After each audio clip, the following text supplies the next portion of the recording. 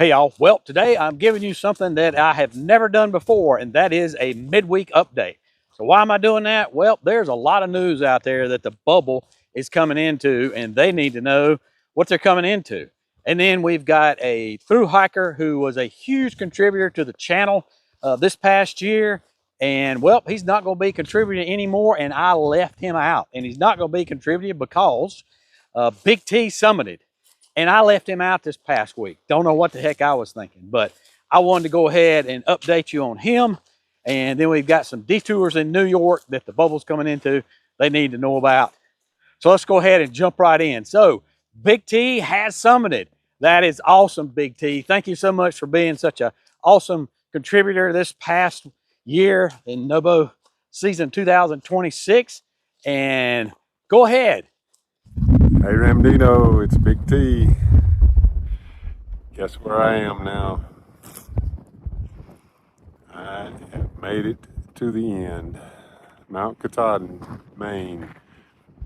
2,198 miles. And it's a clear day. When I came up to the tablelands, it clouded up and it couldn't see anything up here. But I just kind of hung out up here for a while and it has cleared up. I'm done. Headed back home. So that is so cool when thru hikers send in their final update from Katahdin, from Baxter Peak. One, it just amazes me that they think about us while they are up there on that peak. So the rest of you guys, I'd love to get an update from you, your final update from Baxter Peak at the Katahdin, the northern terminus sign. So thanks a lot for that, Big T. A couple things about Big T. So Big T, he was NOBO number 48 at the summit of Katahdin. So typically that's our best indicator of how many NOBO have summited. So we already know that we had one NOBO that summited that actually had not finished. So we got to take his number off because he still had to go back and fix stuff. But when they give out those summit numbers at Baxter Peak, or Baxter State Park, that's actually just your summit ticket, your summit number, your registration number. That doesn't mean that you finished the entire Appalachian Trail. Typically, it does more times than not, but in this case, that's not the case. So he was number 48. Don't know if we've had any others like that. So it could be that the previous hiker was the only one, and so Big T was actually number 47. So Big T, he started February 12th down at Amicalola Falls State Park, but he didn't leave Springer till the 14th. He checked in as hiker number 105 was his bag tag number, but it took him 2 days to get to Springer because he hiked with his family. And so they hiked together, and then he actually left on the 14th.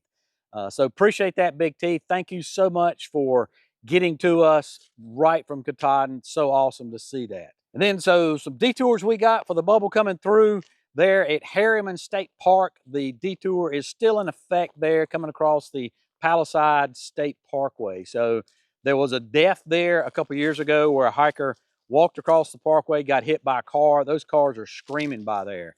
And so they had to make some changes to the trail. And so there was a nearby overpass that was north of that. And so they rerouted the trail to get hikers to take that overpass rather than trying to play Frogger and get across traffic there. And so that's what they did. That's technically temporary, but looks like it's probably going to be permanent. I mean, it doesn't make a lot of sense to spend money to put an overpass there just for the AT when there's one nearby. It's in a state park. State park doesn't have a problem rerouting the trail to do that. The only issue you have is that it does cost you to have to do a 1.3 mile blue blaze to get back to the shelter there that's in that area. And the shelter's name is West Mountain Shelter. And so you do have to do a little backtracking over the old AT. So it's not a difficult backtrack because it used to be part of the AT. But in any case, you will have to take that blue blaze to get there. That's not that unusual to blue blaze off of the Appalachian Trail to get to a shelter. There's plenty of shelters that are not directly on the AT that people have to take a blue blaze to. Blue blaze meaning something other than the white blaze, which marks only the specific Appalachian Trail. And 1.3 miles is kind of longer than they typically are. Usually they're a couple tenths off at the most, but in any case, not a big deal there. Of course, that 2.6 out and back don't count for your whatever the total mileage is for the AT for that particular year. And then we still have the detour there at the Bear Mountain State Park. So right before you get to the zoo, you'll have to, instead of going to the south and going around the lake, you'll go north and go the opposite direction to get around the lake there. It's all blazed with white blazes, so you're not going to be able to miss it. They do have on weekends the other direction. They have a passageway through the construction site.